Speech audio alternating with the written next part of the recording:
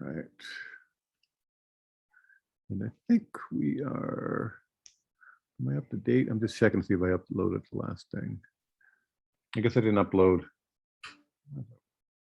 I didn't upload Monday's class. Hold on one sec. I mean, I'll get that up right now while we're here.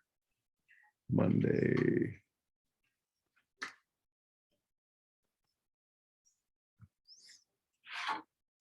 Before I forget.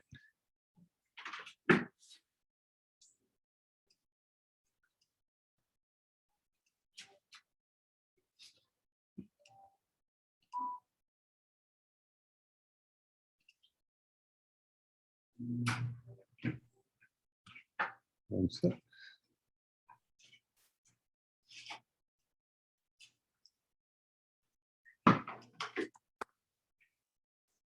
So I'm using, this is a program that's, I think you can still download through Adobe Creative Cloud called Muse, M-U-S-E, and it's designed for websites. And it's, I'm kind of disappointed. Adobe's getting rid of it. They're not going to be supporting it anymore at this point, which is kind of sad because as a designer, it's really kind of quick and easy to do stuff on a website or make a website. It's very much drop and drag and so forth. Kind of in a way we're used to working, and the way we're kind of used to working with something like InDesign, which will be coming up that we're gonna get into. So, but I think you can still download Muse. So, you know, it's worth looking into. And if enough of you guys say, hey, that's kind of cool, can we do that? I can definitely take a class session, part of a class session, and go through it. Not too difficult to do. But right now I'm just uploading that new class session from Monday. So you can see that, you know, a couple of minutes, 2 minutes or so of popping things in. And I added some photos in there for compositing, and then we'll double check and make sure those got done.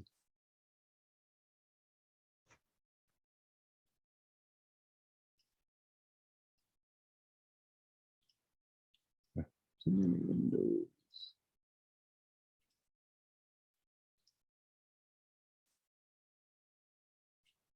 Okay, so there's a new updated.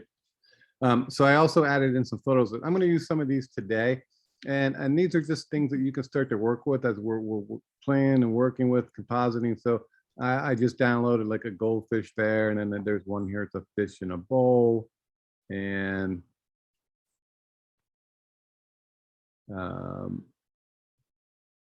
balloon, a nice little mountainside. So it's just a series of photos that I thought you might want to work with. There's a balloon here. And I'm going to be working with some of these today as we go through this one. I think I put this in here twice, so don't get confused if you see this one pop up twice. So just kind of things of some of them are just kind of random items that can be put together in kind of a practice assignment, a practice kind of exercise with compositing with Photoshop. So they're just there for you to use. I got those from a website that's called this Unsplash. So you can Google free stock images. I like this one. It's pretty nice because the images are fairly decent. They're not like huge, but for the sake of experimenting and playing and exercising, they're kind of good. And again, as you download, let's put toy. Look at, there's a teddy bear. They're pretty decent quality images. They're not the best in the world, but they're not terrible. And you can use these for free. Again, they're not designed for commercial use, but you know, we're not in commercial use right now. We're just playing. So, you know, rubber ducky, or, you know, that might be kind of cool. Imagine, you know, a little rubber ducky floating in a mountain pond, right? That'd be kind of fun to look at and to kind of play with that. I'm gonna actually get that one just because I like that. Okay, so just a quick click and it goes. So that's one. also, if you have you guys do have the Adobe thing. Um, Again, I don't know if they have it for the student version. I don't get it because as an educating version that I have, but they have an Adobe stock. And it may be something you want to look at. Either if you have it, great. If not, it might be something you want to purchase down the line as you start to work. And remember, if we're buying images or doing anything like that for a project for a client, we're always going to charge the client for that. So if the client wants a picture like that of the rubber ducky, let's just do rubber duck. And we know there's going to be rubber ducks. If the client wants a rubber duck and you don't have one or don't have a camera to shoot one, or they're just like they want it right now, like this is it, we just need it, that's cool. You can buy them and it just tells you what they cost. So in this case, it's a monthly, it's 3 pictures, 30, so it's basically $10 a picture in this particular case. And you would charge the client for that. So that's $10 is very cheap, trust me. And you would just kind of add that into your bill. So if you were going to charge the client $100 to do something, you would add this photo into it. You would now be up to 110. Okay, so you don't take it off of your price typically. You want to build it in. So if the client's like, oh, you know, just give me the price, tell them it's 110. Okay, that would include the price of you buying this particular stock image. So the Adobe stuff is pretty good. Again, very reasonable in price. There are many other stock image companies out there which have, we'll say, higher end images in some degrees.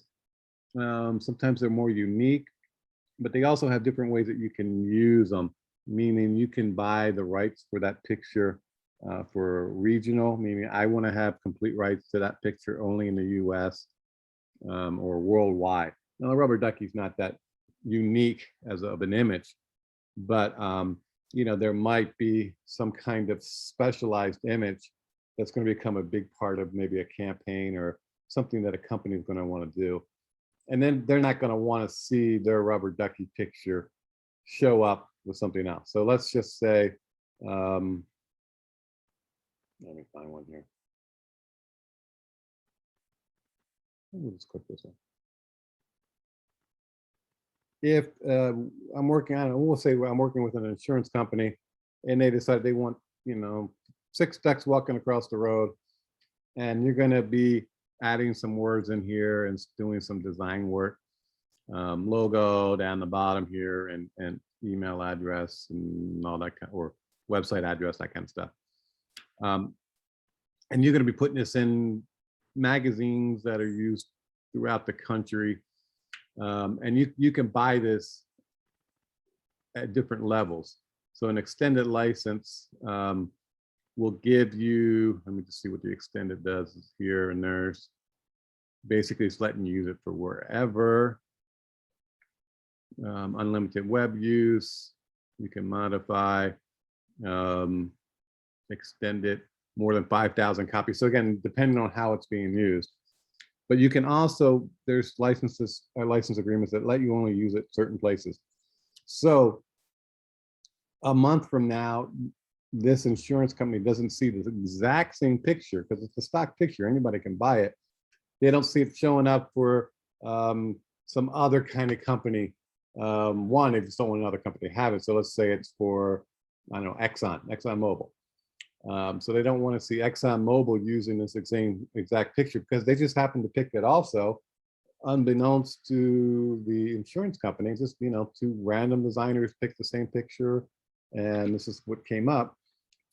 So they don't want to see it there, but they also, it might be a company or organization that's kind of like to be a negative. So that's kind of the downside of stock pictures could be, is depending on the campaign or how it's being used, you may start to see it showed up. You may see it showing up elsewhere. Again, it doesn't happen all the time, but it does happen.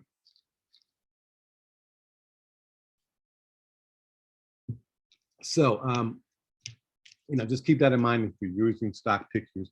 And again, for us, and for the sake of what we're doing as students, don't worry about it. So if you can access Adobe stock, by all means do. If not, look at something else like, this Unsplash site, and I just literally Google, and they will start to pop up. Okay, and then you can just kind of Google or search on their sites for images to help you to create and work up things. There are also, I think, good places to look to sometimes for inspiration. You're just trying to get a feel for something. How could you do it? Oh, I didn't think about an overhead shot like that. So maybe I'm going to get a drone or have somebody who has a drone take a picture in a certain way. So, I think the stock pictures are good for inspiration. And if you're a photographer, they're also good just for inspiring you on how to take pictures and, different angles and lighting situations and, what kind of works, what does, what kind of grabs your attention as a artist, photographer, etc. So, look at stock photography. And again, you're going to see it. And it's best here. If you just Google something, let me just.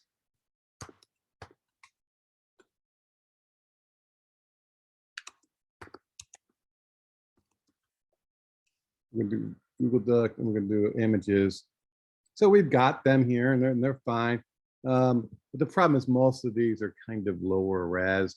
So you can, under tools, pick size and do a large size. So a large meaning a large image thing.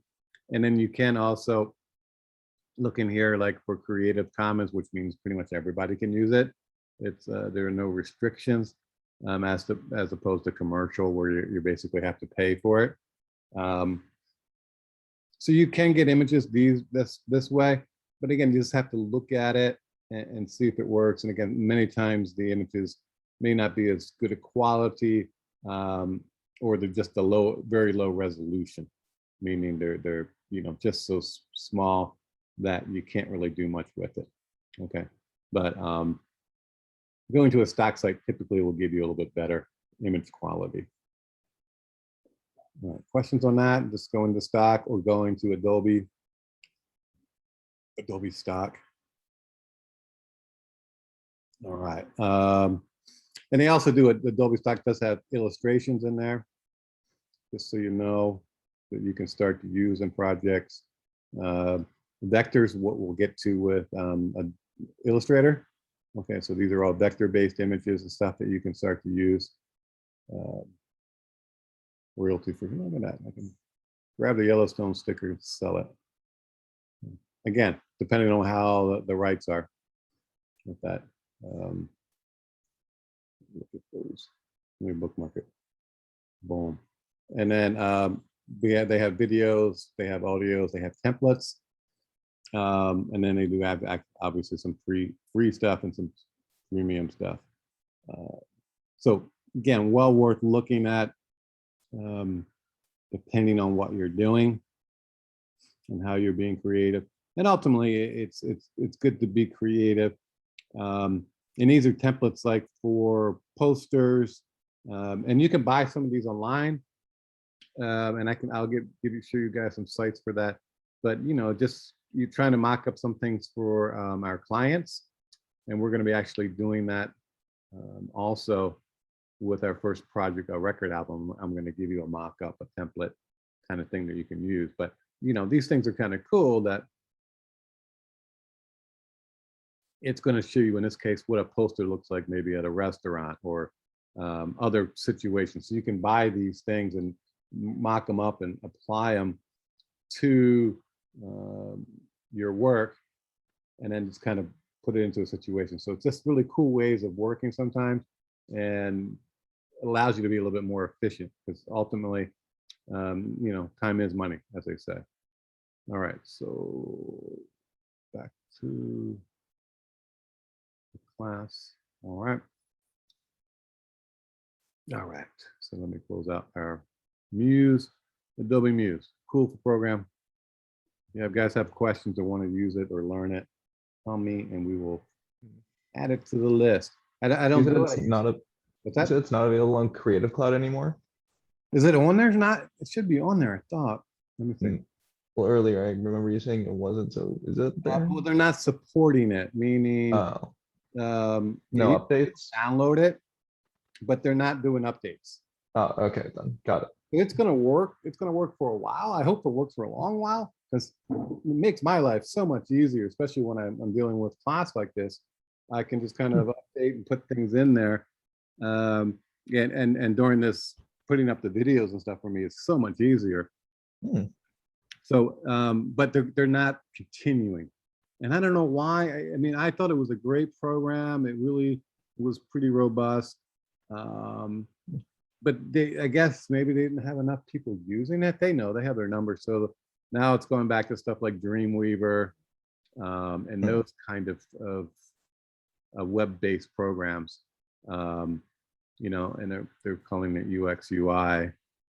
So here's Dreamweaver, which is basically web design. These are like interactive, the prototype. So it's not a full site. And Animate, he's kind of doing animation for websites.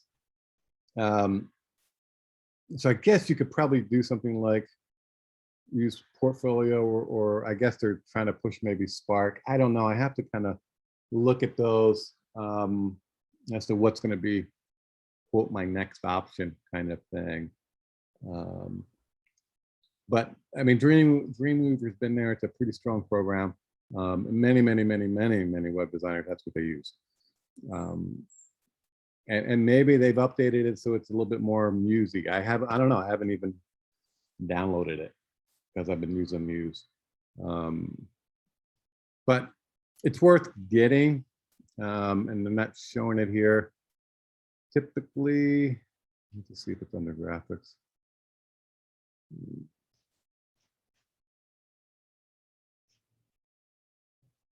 No, I think it's kind of hidden at this point, because they're not really pushing it. They're not supporting it. If there's problems, they're not really doing it. I'm just seeing if there's anything else in here. No. So, but you can get it under the all apps, I believe, right? Here under all apps. Yeah, there's Muse. So look at it. Like I said, if you guys have questions about it, I no problem spending some time on that. And as you can see, it's pretty user friendly from a web design, and basically, I mean, I have everything on here, my whole website built up on here, and I have many or several other websites that are built up. So it's pretty dynamic in what it can do. So All right. let's close up for now.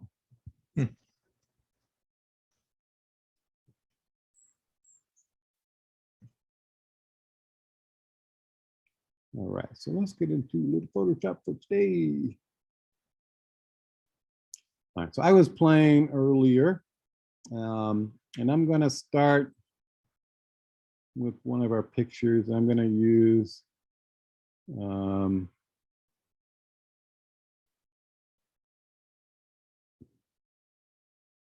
we used the Yosemite the other day, I believe, when we were working.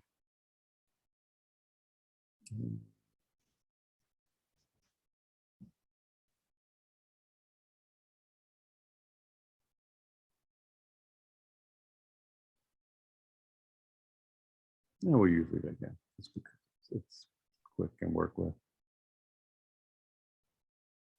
All right, so this is where I think I was last time I was working with this image.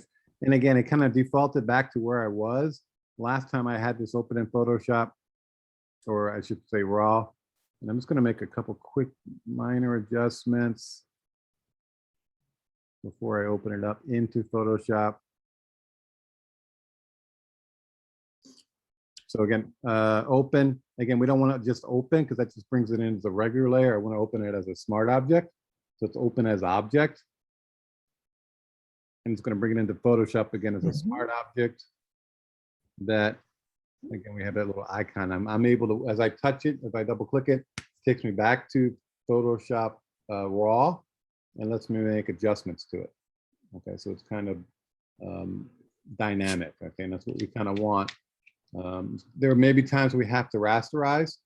For example, if I wanted to do the cloning tool in here, it's not going to let me because it's a smart object. You have to have a rasterized image.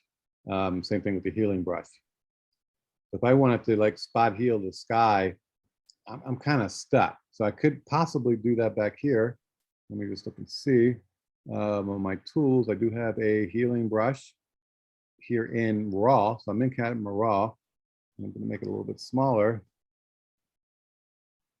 And it's that. So you can see it start to take that out. And I could work all that up in there with the Camera Raw. So there are some editing capabilities in Camera Raw that I can do. Or I can make a duplicate copy and take it out. But in this case, I'm going to just leave it because I don't want the sky anymore. I'm going to pull in, I'm going to do the sky replacement. Now, again, don't forget, guys, you can add your own sky. So this is that lightning that we had used and downloaded. It's on the website there. And don't forget to look at how it's fitting in there. Remember, this is making a mask of the sky. So the sky shows up and the foreground will go, or the foreground will be visible. And this edge is where that mask ends. Okay, so over here, it's giving me a tighter edge. Over here, it's giving me a softer, fuzzier edge. And you can actually see some of the sky actually coming through. So I'm going to probably be pretty tight on that. And now the edge shift is bringing the mask up or down. Okay, so if I go this way, you can see it, the mask going up. If I go the other way, the mask comes down, and that's too far down. But you want to find something in between. So you may want to just move it over. And again, these are pixels. So it's like 7 pixels. So it's just a little bit of overlap, excuse me, just to make sure that the sky is coming into play. Don't forget to play with stuff like the brightness. Okay, so these things are adjustable. And you especially want to do these kind of things of maybe changing the colors or such in the image if you're using the stock Photoshop skies. Okay, because remember, everybody has access to these. So, you know, I pulled in this lightning picture, but, you know, everybody in the world has this night sky or the sunset sky. So it looks good and it works, but maybe I want to kind of change it up just a little bit, make it kind of feel different. So everybody's not looking at it going, oh my God, I know where you got that sky from. I did the same thing. Also things that play with, here's a flip. And it's going to flip it to the other directions. Just kind of playing with that. And also the scale. Remember that if you change the scale, that changes it, how it looks in the picture too. Okay, so don't be afraid to make those adjustments there. And then also play with the foreground. Remember, this is what Photoshop is doing. It's so smart. It's trying to bring, in this case, some of the colors of the sky into the foreground picture to make it look real. So by pushing it up here, color adjustment up, you can see it's turning more pink, more orange based upon the sky. And you can also play with the adjustment of the light and how that's coming in. And then also the mode. This is like our layer modes, blending modes. So this is a screen, this is multiply. And you can, I like the multiply, gives it a little bit darker up at the top of the mountains in this case. Okay, so no real color adjustment there. Okay, and then this is complete color adjustment. And that might be too much, but remember, there is going to be some color in the air, on the rocks and so forth, coming from, you know, the color of the sky. Light is going to be reflecting off the sky, and there's also going to be light rays coming in that have more of that orangey sunset kind of feel.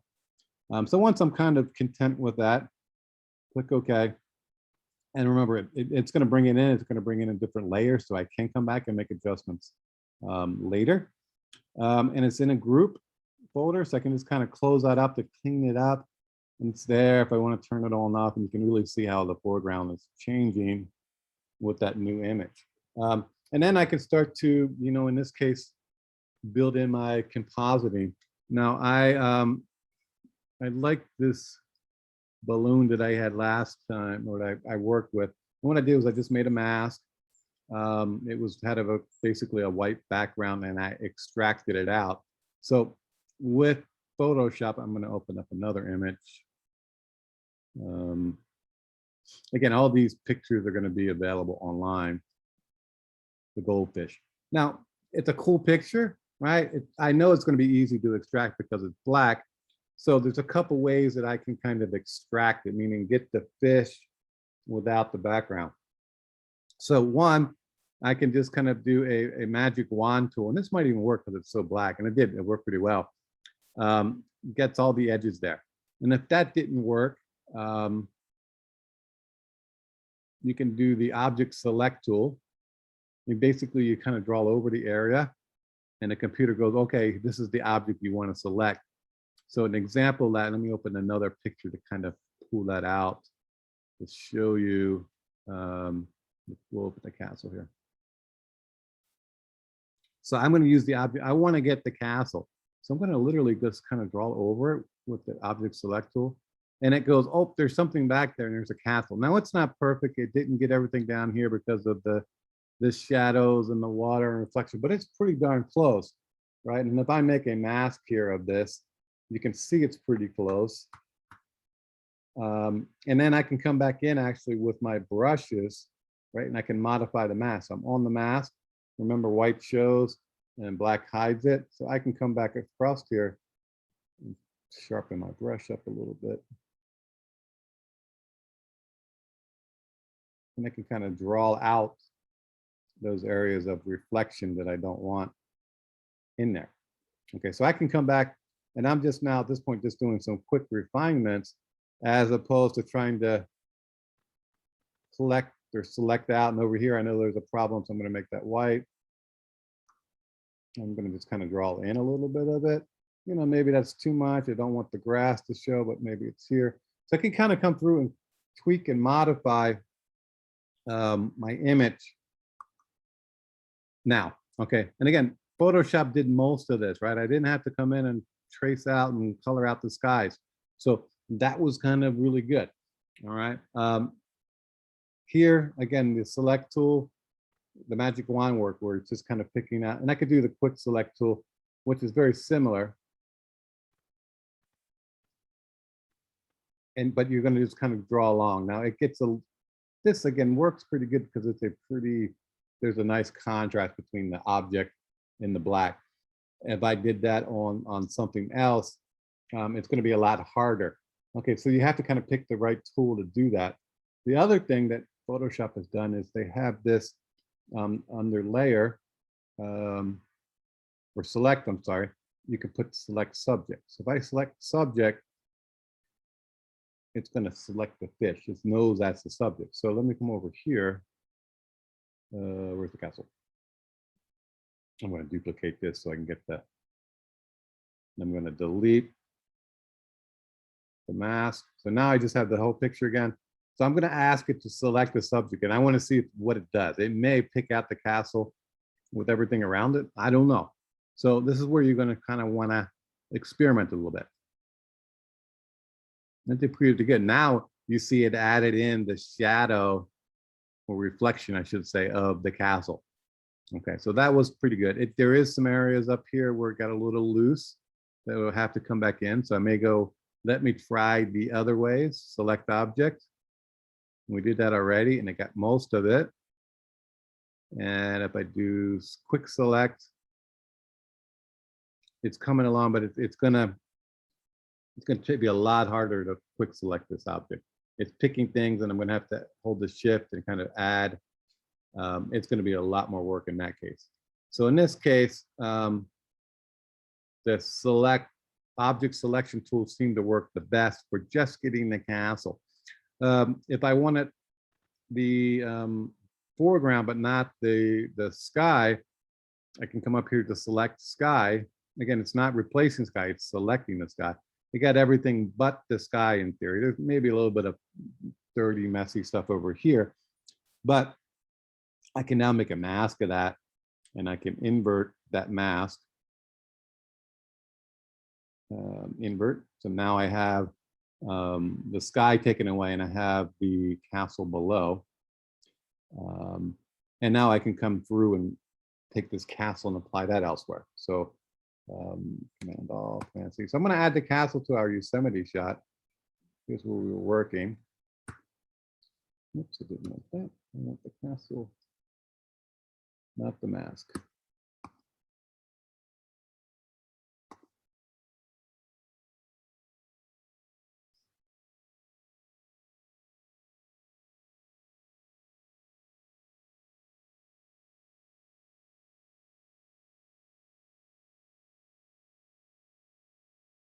Copy. All right. I'm just going to zoom in a little bit here. So I'm going to select the sky. I'm on this picture. I know that will work. Okay. And I'm going to make a mask. Again, I'm working non-destructively. I'm going to invert. I got the castle. And I've got the lake here.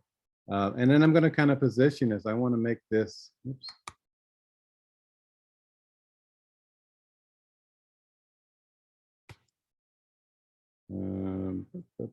Where'd the castle go? And I see what I'm doing. I'm gonna put this on the top for now so I can work with it. I'll move it back later after I colorize it, get it in position. When I was selecting it, it was grabbing the adjustment layers that were already there. Now it needs to be a little bit bigger. I just want to keep it in proportion. Get the scale proportionately done. Again, I have a little angle problem, meaning my angle, my horizon line is not the same. But if I make this a little bit bigger, we'll get there. What I'm going to do is I'm going to act like this castle is maybe in Yosemite. I'll get there because I want to see the double falls. Now I know it's Yosemite, you know it's Yosemite because that's how we started. But had we just kind of, built this in into some kind of fantasy thing, I don't know, let's say we're making a book cover, because proportionally this is kind of a book cover, taller than wide. We could easily, if we said make this a record cover, we're going to be doing those soon, but that's going to be like typically a square kind of proportion, right? So we've got that, equal 1-to-1 square kind of proportion. And scale that down. I'm not going to crop it there, but we've got now is our record cover. Now, people obviously will recognize Yosemite because it's iconic, and we're in California. Most of us have seen at least pictures of it. Who's been to Yosemite? Couple people? Yeah, Sohail? No? Has anybody been to Yosemite? Nobody? Not me personally. No. No? All right. Get in the car and go, guys. I mean, seriously, it's like that, maybe 5 hours, 6 hours drive. And I know it's like it's 6 hours you do. Well, the problem right now, I'm just saying, get in the car, they've got reservations going on because they started with COVID, and I don't know if part of it was COVID, part of it was getting really crowded. So they decided to have this reservation progress. But I know you can get tickets now. And get some cousins were in town from abroad, and they just went there. All right, and I know they didn't make reservations 6 months in advance. 6 hours and 37 minutes right now to get up there, based on traffic. But go, you can stay in the park, you can stay outside the park, you can camp in the areas. It's going to blow your mind, honestly. I mean, it's like there are not many places that like just kind of make your head explode. Yosemite is one. But I will tell you, wait a couple, I don't know, wait a couple months. Let's get some rain so the waterfalls are going again. Right now, I think they're dry or pretty dry. At least the main Yosemite fall, because all this water comes from further up in the mountains. So obviously we're in drought situation, so there's not a lot of water flowing.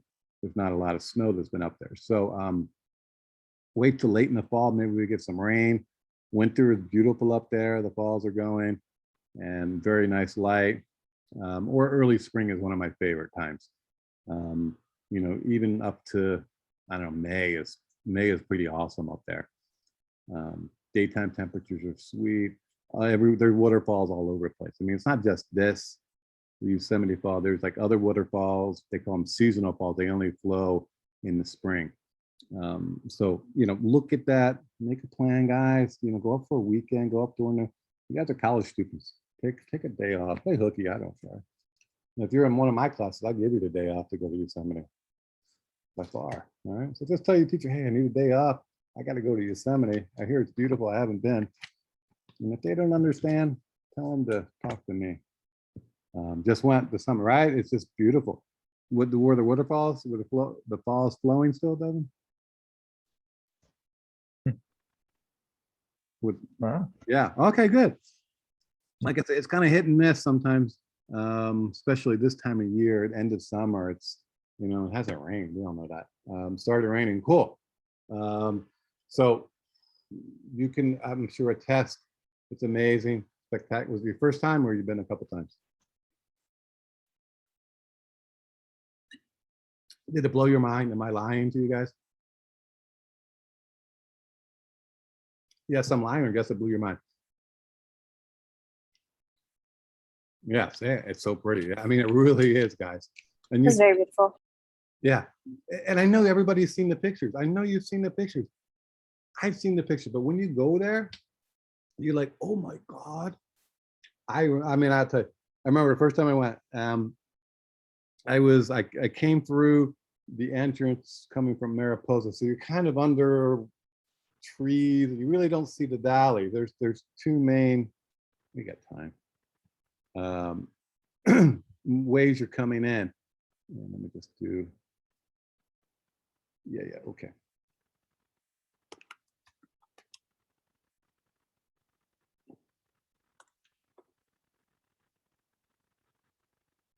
So when you come in from like the south way, you come through a tunnel and you get this view up here. They call it tunnel view. Okay, and one of the most iconic views ever. This is El Capitan. This is Half Dome back here, Inverno Falls. So you're up on top. You just came through a tunnel, and there's a parking lot there. You pull over, and you see this, and it's as beautiful as it looks. And you're gonna just go, wow, unbelievable. I came through the other entrance, which is kind of coming along the valley. So it's coming kind of parallel to this. So when I came through, all you see is trees. You don't see anything. And then all of a sudden there's a clearing, and you see El Capitan. Let me get the pictures here. So you're coming through on the road. Let me find, I noticed somebody's got a picture of this. You know, it's kind of long here. You come through and it's all of a sudden the trees open up and there's El Capitan. And this is like, I don't know, taller than the Empire State Building, guys. This is like huge. Okay. And I almost crashed the car. I swear to God. It was just, oh my God, it was just so gorgeous and so pretty. You know, and that was before you kind of get into the valley driving, but it's huge. It's just amazing, the glory, the beauty of it all.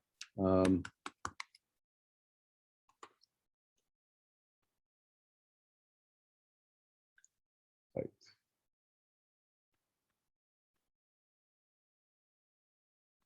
Okay, so here, this is El Capitan, and this is one with some of the tallest buildings. This is the world's tallest building, and you're not even there, right? I mean, this is how big these things are. I mean, let me get this over. So Empire State Building comparison, I assume these are, scale is kind of right. Someone did that, you know, it really is that big. So when you're there, you just like, you can obviously admit, you know, you've seen skyscrapers at some point, I hope. And you get the sense of how big it is, you know, and if you haven't been to Paris, go to Paris too, right? And you're gonna go, oh my God, that tower is so huge, big, is awesome. But when you come here and compare it, you're just like, forget about it.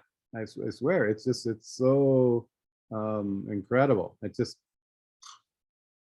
literally will blow your mind as to the size of it. Yeah, that's about right. And then you got that guy, I don't know, what's the name of the film? The guy who did it, who climbed this with no ropes. You've seen that film.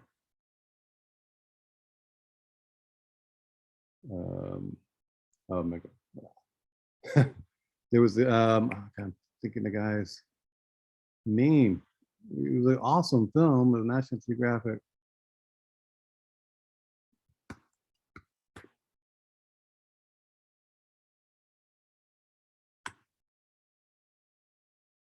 Alex Honoroyd.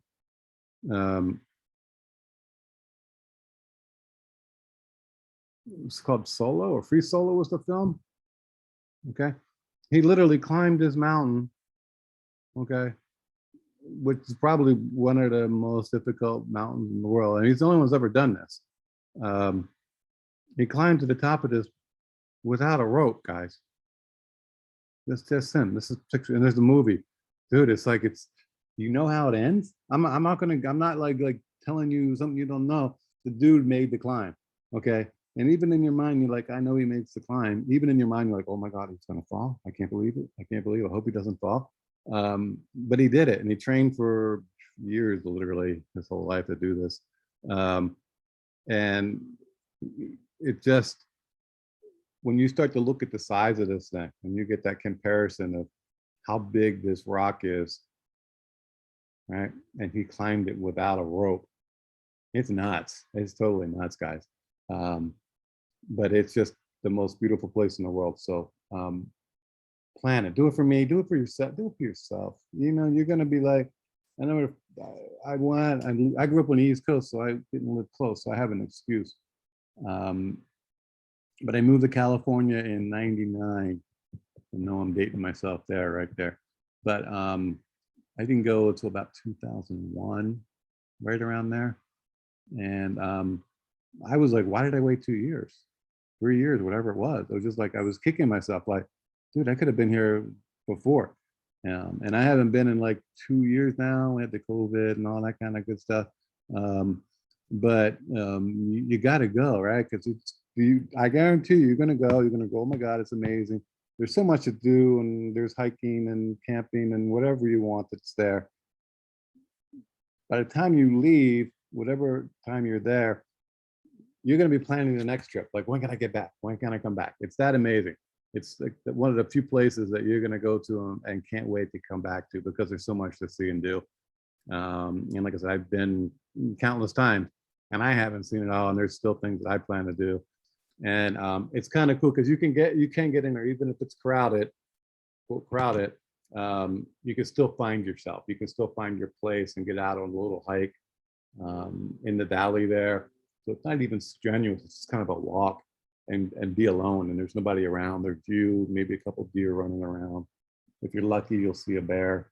They're black bears. They're friendly. Not friendly, but they're wild. But they're not going to come and attack you. Okay, so leave the bears alone. Take pictures from afar. Give the wildlife the room. Shoot with a zoom. But it's cool. It's cool. So here we are in our imaginary castle in Yosemite, because we're trying to do some kind of science fiction kind of thing. And I'm going to actually, I'm going to build a new layer. You know what? I'm just thinking now what I'm going to do, like, I want to make it kind of really science fiction-y. So I'm gonna, where sometimes I say you don't want to be destructive, but sometimes you have to be. I'm gonna take these two. I'm gonna take all three of these, believe it or not. Let me actually. I'm duplicating. Why am I duplicating? Because what I want to do is I'm gonna actually blend these together to do something crazy. So I don't do this often, but this is a case where we're starting to get many layers going. in order to do some kind of weird effects, kind of, I don't know what I want, but I'm thinking like smoky, it's something that's the kind of on top. I want to bring them together. So in this case, I'm going to merge layers. And this should merge what I have selected. We'll see. If not, I'll undo it real quick and do the merge to visible. I don't flatten will bring everything down. I don't want to flatten. There's no need to flatten at this point, but I want to merge. Let's see if it does it right. It did. So it put all of these on one layer. Okay, so now I can start to do some things with that. Now I'm going to make it a smart object. Well, I don't even, yeah, let me do that. I need to do that. Yeah, I'm okay with that. And I want to come in here and I want to do some like, see what I got going on renders and stuff. Paint it.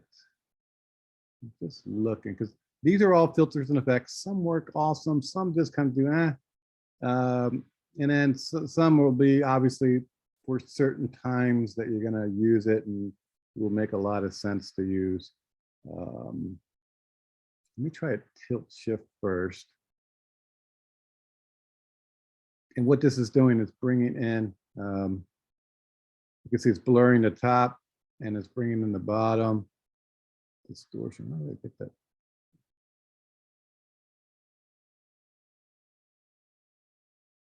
No, that's not working. I'm going to cancel that. Cancel, bring this back. Again, I'm just trying to, I kind of in my head, I know what I want to do, but I don't know how to quite get there yet. So, but I know I think I need to have it all as one. If I don't, I've got the originals down here to come back to. So again, I'm being, in many ways, I am still being non-destructive, even though I flattened it. They're all back here and they're merged together. And I'm just, these are going to get weird. So let me see what it's going to do. Yeah, see, it adds it over a whole thing. Maybe I could do that on a new layer. Render clouds. And I can play with this as a overlay. I'm just looking to see if something's going to come out here. I'm looking for something kind of where it's cloudy, it's kind of misty, smoky. I might need to come back and do some, just kind of download some smoky things. That's not going to work at all. Let's get rid of that for now. I don't want that. Let me come to, I'm going to go to stock real quick. And I'm going to put smoke. Oops.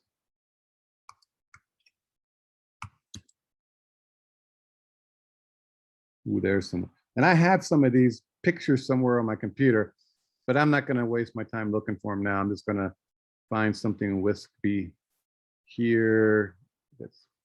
I'm digging. No, these are kind of cool, right? Look at that. How cool is this? I don't know. I mean, these are just nice. They're this kind of drives you. I'm gonna, you know what? I'm gonna grab that while I'm here because I might want to use that. And I'm gonna come back up to move this thing along. I'm gonna take this one. Yeah, that'll work. There. And I had the ducky. So I'm gonna come back to Photoshop. I'm gonna open those up. Oops. I know what I went to my downloads. So just kind of know where things go. In my case, they're all going to the downloads, and I've got stuff here, but it's not that much that I can't come through and find it without too much problem. Where did they go?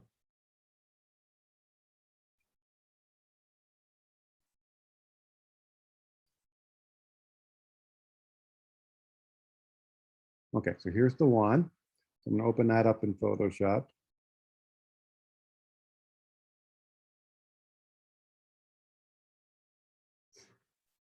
There we go. Opening.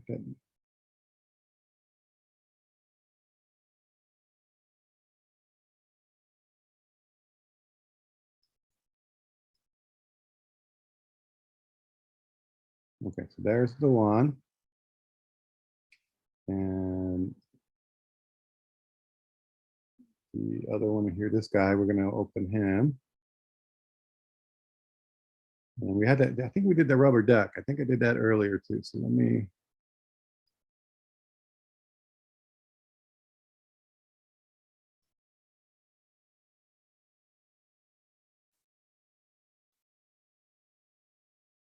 Oh, well, there it is. There's the ducky. The ducky. So I'm gonna bring all these things in. All right, so I'm gonna start here. I wanna put the duck on the lake. That's gonna be awesome. So I'm gonna select subject. This is gonna like this work like pretty sweet right away. Boom, I got the duck. Command all. Well, sorry, didn't do just the duck. Select subject. Command C. Okay. Come back to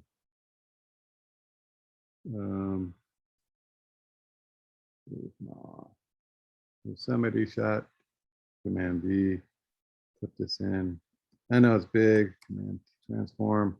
It's good. I'm just putting it in. I know it's going to be somewhere along the line down here. The big duck on the pond. It's just getting crazy. All right. And then I had the smoke. Now this is going to get, I'm just going to copy this whole thing because I know I can play with this and get some overlays going on. I'm going to paste it, Command V. And it's pretty big, which is nice. I'm going to scale it to be over the picture. Something like that. And I know if I start to play with these blend modes, I'm going to get something pretty awesome coming on here. I'm sure of it.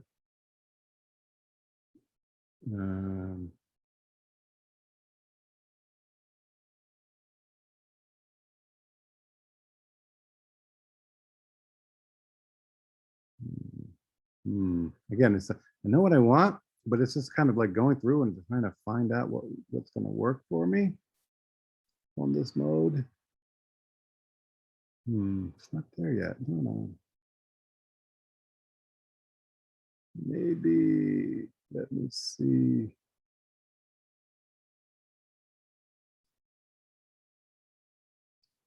I'm going to take out some of the black. I can select areas, and that's kind of cool. Again, this is where the experimentation comes in. If I select the subject, let me see what it's going to do. It's going to be confused. Yeah, see, it's just confused. It doesn't know what you want to do there. I could have swore I could play with a blend mode, and I would be able to keep it. All right, we'll get that there. I'm not sure what I want to do with that yet. So, but I want to put it in. I want to make it somewhere in there. And then we had the other item, which was that one. This guy. I think this will be kind of cool. So I'm going to do the select subject again. I'm hoping it gets him in the smoke. If it gets the ground, that's cool. We'll just got him and not the smoke. So let me go over here and do the object select tool. And I'm going to do this saying, I want you to pick this. See what it does. I'll see much better. So now I got him and the smoke, which is kind of what I wanted. So I'm just going to copy that. And I'm going to bring that back over here. Drop him in. Now it's not perfect along the edges there. And I can, of course, get that cleaned up down the line. And I think I want to maybe add even some smoke. So I'm going to just scale him down and put him in the corner. I think I'm on him in here, but I'm going to flip him. I'm going to hit return. I get the position slides wise. I'm going to come up to edit and transform, and I'm going to flip him horizontal. My move tool, pull him in. I've got him there. He's getting lost over here. It's pretty dark. So I'm going to want to lighten him up so he can be seen a little bit more. And this edge is kind of wonky. So I might want to just kind of make a mask. Let me select the object first on that layer, and I can make a mask of that. So I'm selected him, I'm going to make a mask. And then I can come back in and clean up the edges. I'm going to give it a soft brush. I want to soften it down. So I want to kind of fuzz it out. Get a little bigger, just make it quicker. So I'm just kind of fuzzing out that hard edge because it's smoke, right? Smoke is not pointy or sharp on the edge. So I'm just kind of coming through up here. I'm going to do it quickly here just to do it, but I may come back and add to that. And I can just kind of do that with the cloning tool, clone brush. So I'm just coming through and I'm cleaning up the edges of the smoke. I want it to be puffy, but I don't want it to be so crisp. Oops, my mouse died. Hold on. Nope. Connection. Come on. I changed batteries yesterday. It's been acting up. I don't know if I need newer batteries. Maybe I put old ones in. Yeah, I guess.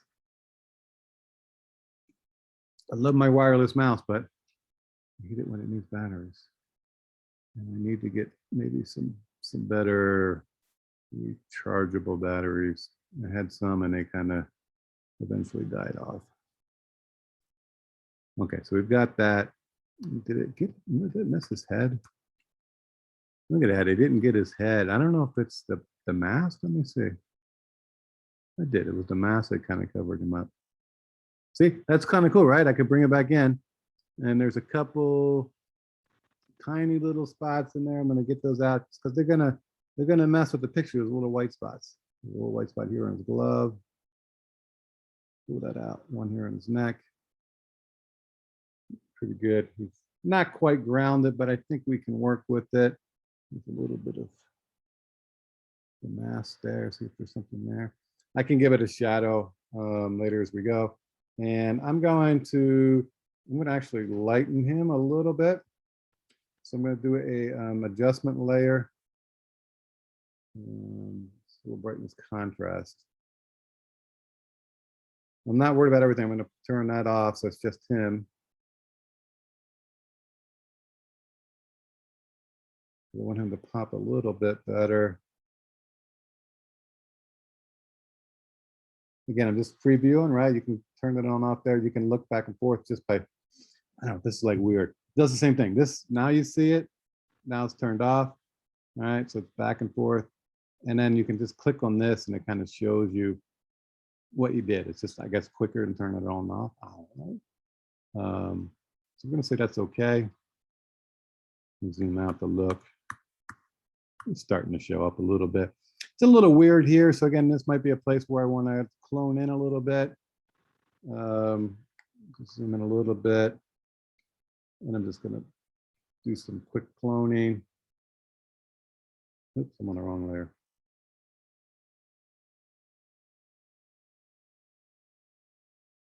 You go, where is it? Well, I got a mask on, so I'm cloning outside the mask. So I'm going to come back here with my paintbrush, go back to my mask, and I'm going to show some of that back up again. Some of that clouds I put in.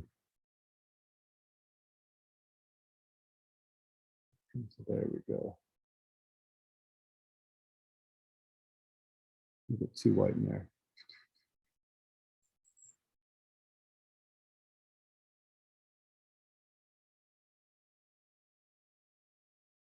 When I made that adjustment layer light, it showed up the edges a little more than I wanted, a little bit too white.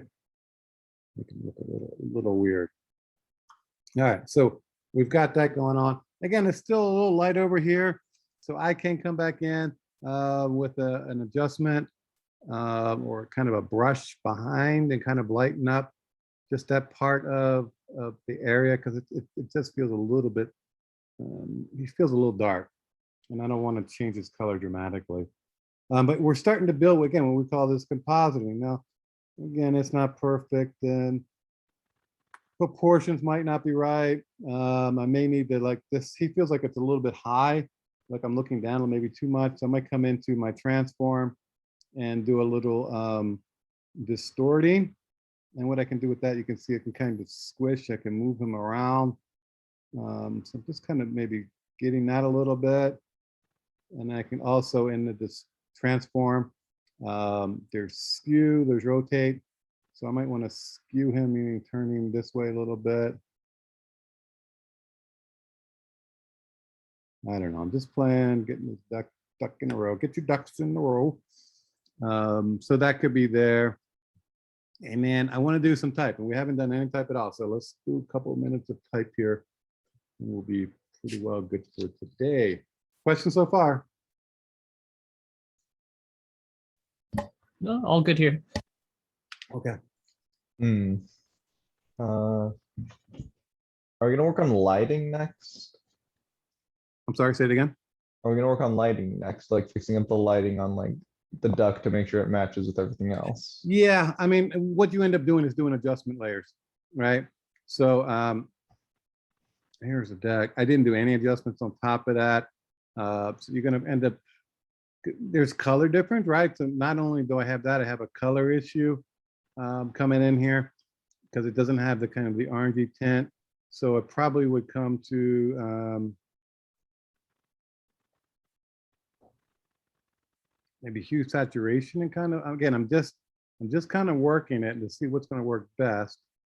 Do this. So I'm just doing with the duck.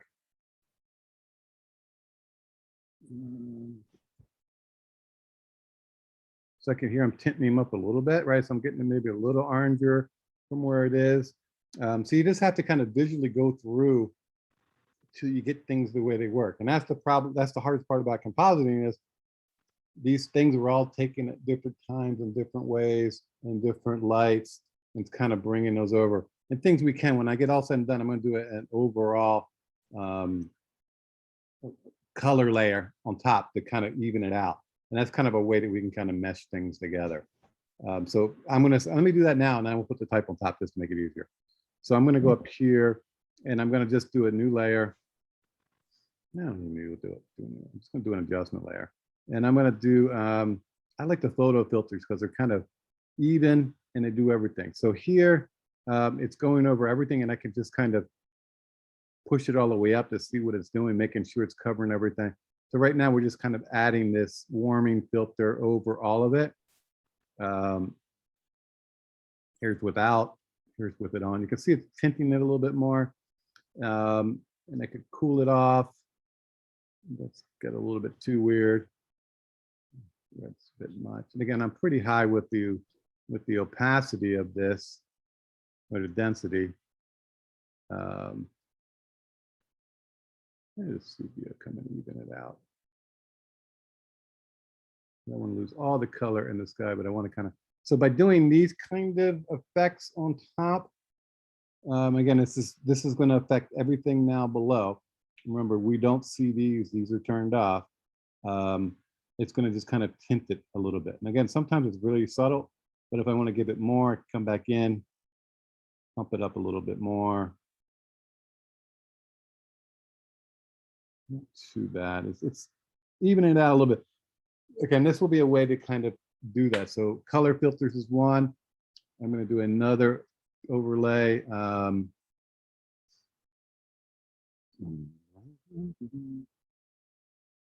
just looking to see what will work best. Gradient maps work sometimes. So let me get a color going on here. Up the top. I'm going to go to kind of a black to white.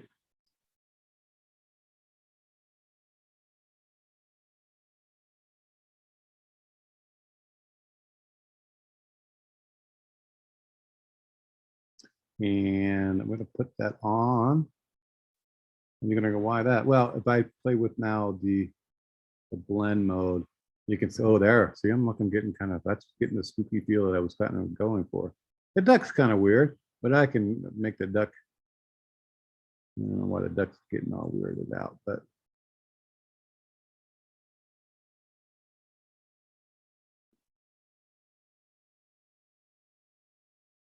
And we're going to say keep it there. So again, now we're evening things out with this gradient map. So again, it's just different ways of kind of adding color or tinting it all over without totally destroying it. The duck is just still looking weird, but part of it's because it's so bright and so I'm sure I can find an evil duck that would fit better in my composition here. All right, so we're gonna say we're good, we're happy. I know it's not perfect, but we're gonna be good with that. So now I wanna kind of do some type. Now the type is the T down here. So four or five up from the bottom. Underneath here is a couple tools. There's a horizontal type, there's vertical type, which will go up and down. And then there's type in a mask, which allows you to kind of bring in colors. Well, you can, the color's not a problem.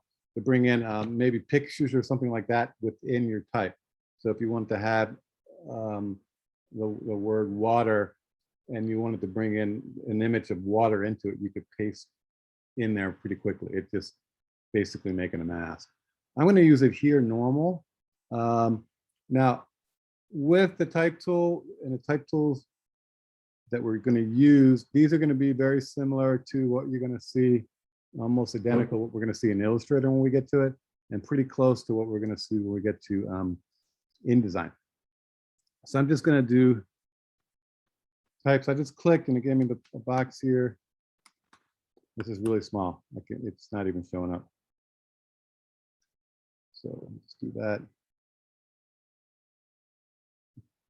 There's the castle. I'm going to double select. If I double select, I can change the color to whatever I want. And I can also pick colors from my photo that I want, and it's changing it here. All right, so I can pick out something light. I can also down here change the size. If I know the number I want, the point size, I can do that. 48. Many times what I end up doing is just kind of with the layer selected, doing a Command T, which is transform, and just grabbing the corner and dragging. Now I'm enlarging the type proportionally. I'm not stretching it or mocking it up. And I can just kind of see, I don't really care what number it is. I just want that. I know I want to fit across the photo this way. And in this case, it's going to be the X, the Y, there's no point size. No, it's not going to show me there. When I double click here, it shows me it's 213.35 points, which, whatever, I don't care, right? I just want the picture, I want the word to be here. Okay, so now I did castle. And then oftentimes, again, what I'm doing is I'm going to build it up. Because I want castle, I'm going to put, you know, on the hill. We're going to do that as a second line. I want to do it as a second line down here. So I'm going to again hit my type tool, and I'm going to just put on the hill. And I'm all lowercase in this case. Command T. Again, I'm going to scale it up, make it move it. I want it to kind of line up here. Not quite right, but we're getting there. Some of it's visual. I can manually line it up with a guide. If I go to my edges, I have my rulers on. All right, I can pull in a guide. So I can see if I'm lining up here. Selecting a layer again, Command T. Just up a little bit. A tiny bit over here. I think that's good enough for right now. And then my color's off. So I'm going to double click it. And I'm going to just come in, I'm just going to pick it white. I know that will work. And then we're here. I can turn off my guides. They're in my way. View. You can clear guides, that takes them away. But show, and you see guides here, or it's Command colon. Okay. That gives you that on and off with the guides, the keyboard shortcut. Okay. So now I've got my type, and if I want to change the typeface, you know, maybe I want something different here, I can double select it. I can go under character, and you can see that was the type that was chosen. And I can change that up, and it shows you kind of what it's going to look like. And I'll preview it here, in this case on the screen. Don't worry about the size, because every typeface is a little bit larger or smaller. The points are just kind of a reference as to how things work. Now, in this particular case, this typeface is all caps. Okay, so you can, you know, get upper and lower case depending on what you were doing.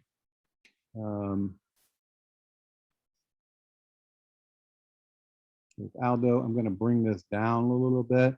So Command T, I'm going to scale it. I should turn my guides on, but I'm gonna wing it for the sake of speed.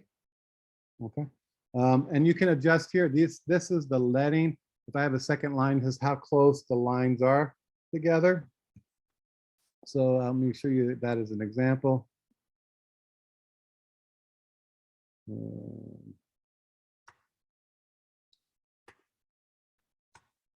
I hit return, see, they're on top of each other, right? Because the leading says it's a 37 point.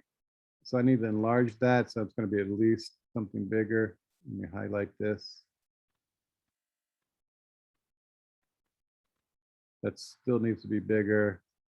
I'm just going to go 125. Maybe too much.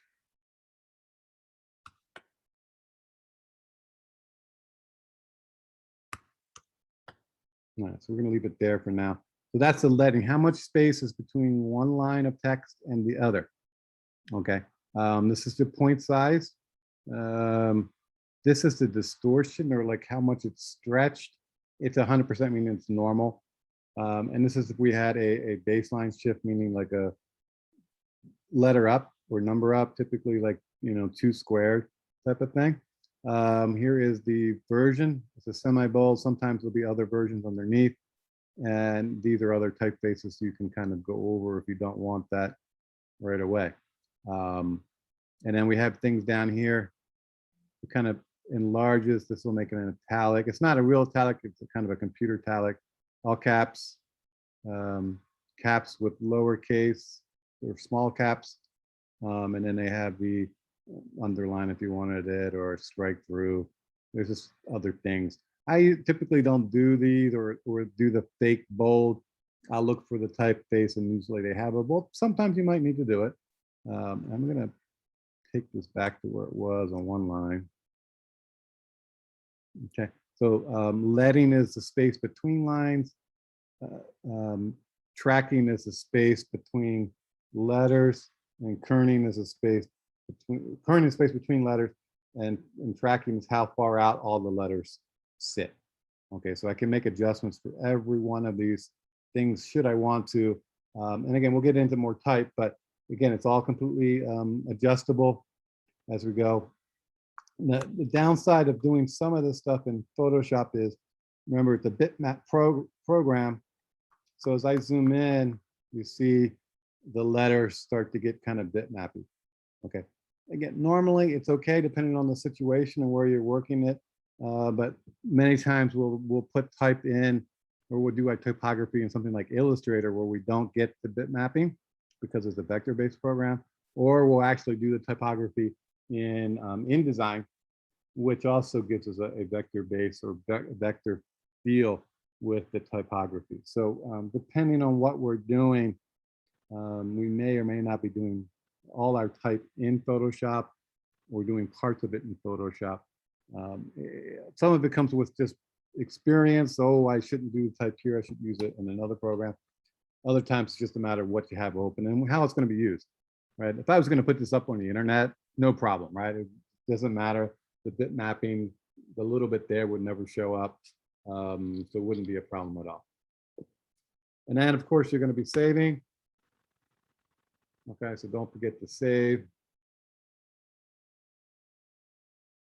And I'm saving it as a Photoshop file with all my layers active. Okay, so if I need to come back to them later and change something, I can. And then if I need to save this to send around or make it onto the internet or something like that, I'm going to do a save, save as a copy. And at this point, I can make it a JPEG or PDF or whatever I happen to want it to be. It's a copy, JPEG, click OK. Maximum quality is what I want. Okay. And bam, it's saved up. So now I can send it as an email or put it up on the website, etc. All right. So quick type introduction there with that. All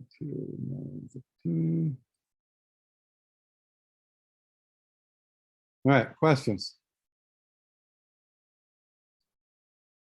All right, so our first project, like I said, we're going to be making record albums. One is going to be one of your favorite artists, and it's going to be kind of an imaginary album, as if they had a new album come out and you were hired to make their cover. So you're going to make up the name of the album and what songs go on it. And it could be a best of album, that's fine. But it's a new album, it's not a remake. And then we're going to do a second album cover, which is going to be one of your mom, dad, aunt, uncle, somebody. I want you to talk to somebody else and figure out what their favorite is, because I want to start to get used to talking with people and figuring out why do they like it. You know, what kind of things do they kind of see when they hear the music, visually, mentally, where maybe the music takes them to a certain place. So you can start to interpret these kind of things and bring them into a piece of art, a piece of design. In this case, it's an album. Okay. And that would be a remake. So if it would be, but you're going to do it your own way. You're not going to do it as if the way it was. So let's say it's, I don't know, the Beatles Revolver. I know I'm going way old school there. Okay. But it's really this cool design that they did on the album cover, again, back in the 60s, but you're going to do it for today's world. Okay. You're not going to do it as if it was, you're not going to redo it. So let me open it up so I can show you.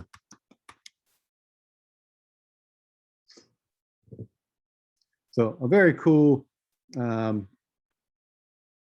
album cover, right? Somebody did this really awesome illustration back in the day. So how would you redo this today? Okay, so that's what I want you to do, is do a contemporary version. So if your mom said, hey, my favorite album is the Beatles Revolver, you're gonna go, cool. Now, how would I redo this in today's world? Now, you may do the faces, you may do new people in there, you may do some other kind of thing that becomes socially relevant to the album, but you're doing it in a new way.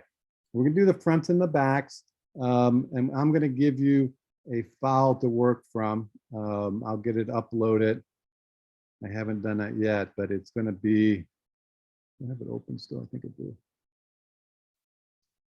It's going to be this file, which gives you the covers, and then you have the vinyl part back here, and then we've got where you can put the image in, or image backgrounds, change the color. So this is a mock-up template. I'm going to show you guys how to use this, but I'm going to give this also to you to ultimately put your work on when you're done. So you're going to build it up, you're going to save it as probably a JPEG. You're going to import it into here, and we're at the end, we're going to have a mock-up with the shadows, and it's going to look totally legit. Okay, so I'll give that to you. That'll be coming. Again, we don't need that right now. I've got the fish. Let me put the fish in. Subject.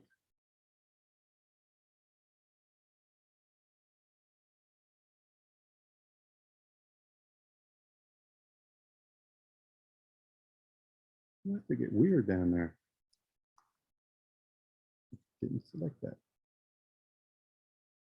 Okay. I thought it would be better. So that's where we're going to go with the next project.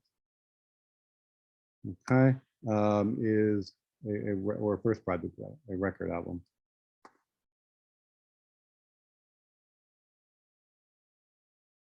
Fish comes in, duck goes off. Turn the duck off.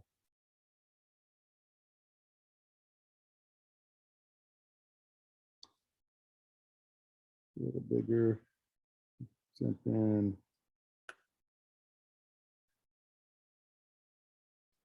Okay, we change. The fish is better. All right, questions? No. Yeah, seems straightforward enough. Yeah. Do we have to use the template that you give us for the album covers, or if we find something else, can we kind of use Oh, that? you find something else, that's fine. It's Okay. fine. Yeah, I just give it to you just so you get used to working with a template, because they make these for, I don't know, stationery and business cards and whatever else you want to do. So if you're starting to work with clients, they're really cool to use to kind of show them what it's going to look like when it's printed. But yeah, if you have your own, you want to do something, that's fine. No problem there. Other questions? All right, so continue to work with the compositing if you haven't already.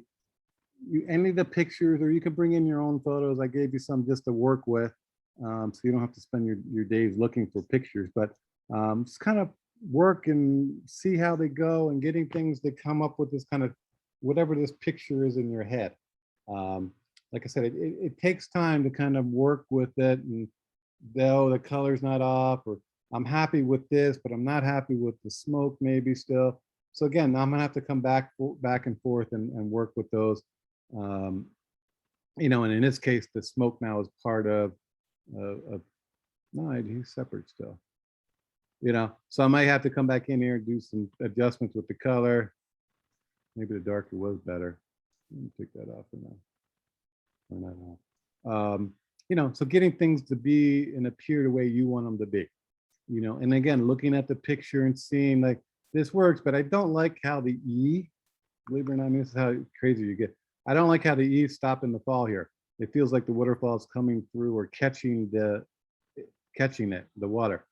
So I'm going to probably play with this type, whether I play with this different font, or maybe I, let me just here, I get my auto select type. I may just play with my scale a little bit.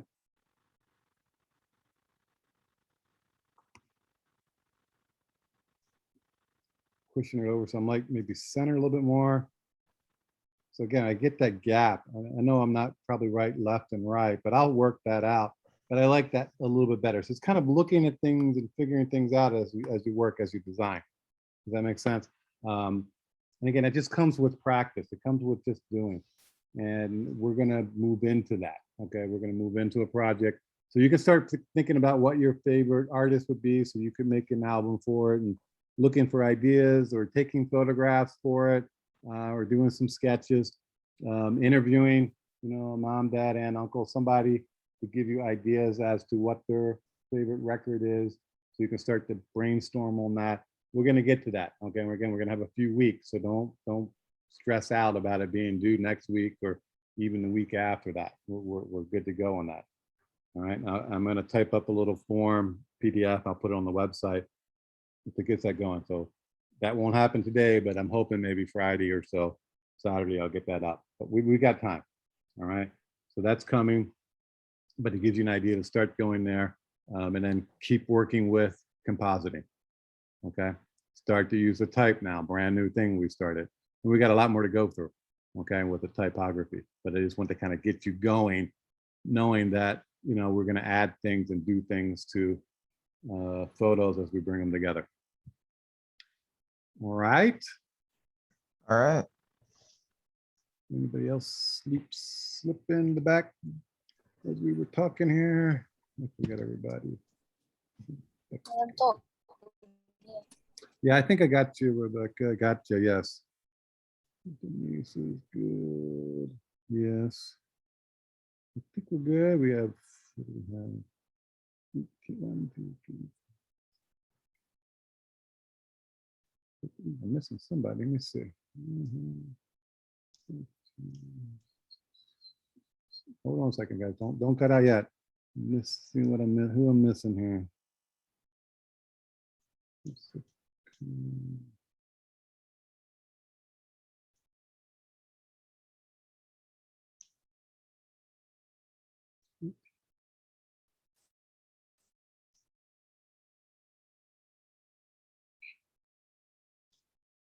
Okay, one sec. Let me just go through my list up top.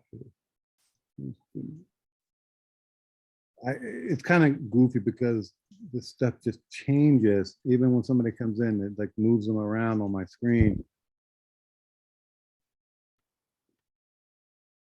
Yeah.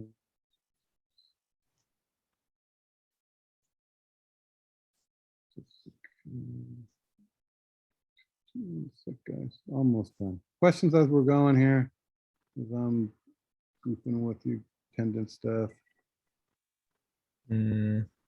I'm good right here. Thank I'm sorry, what was that? I mean, I'm good on questions. Thanks. Okay. It was self. Okay.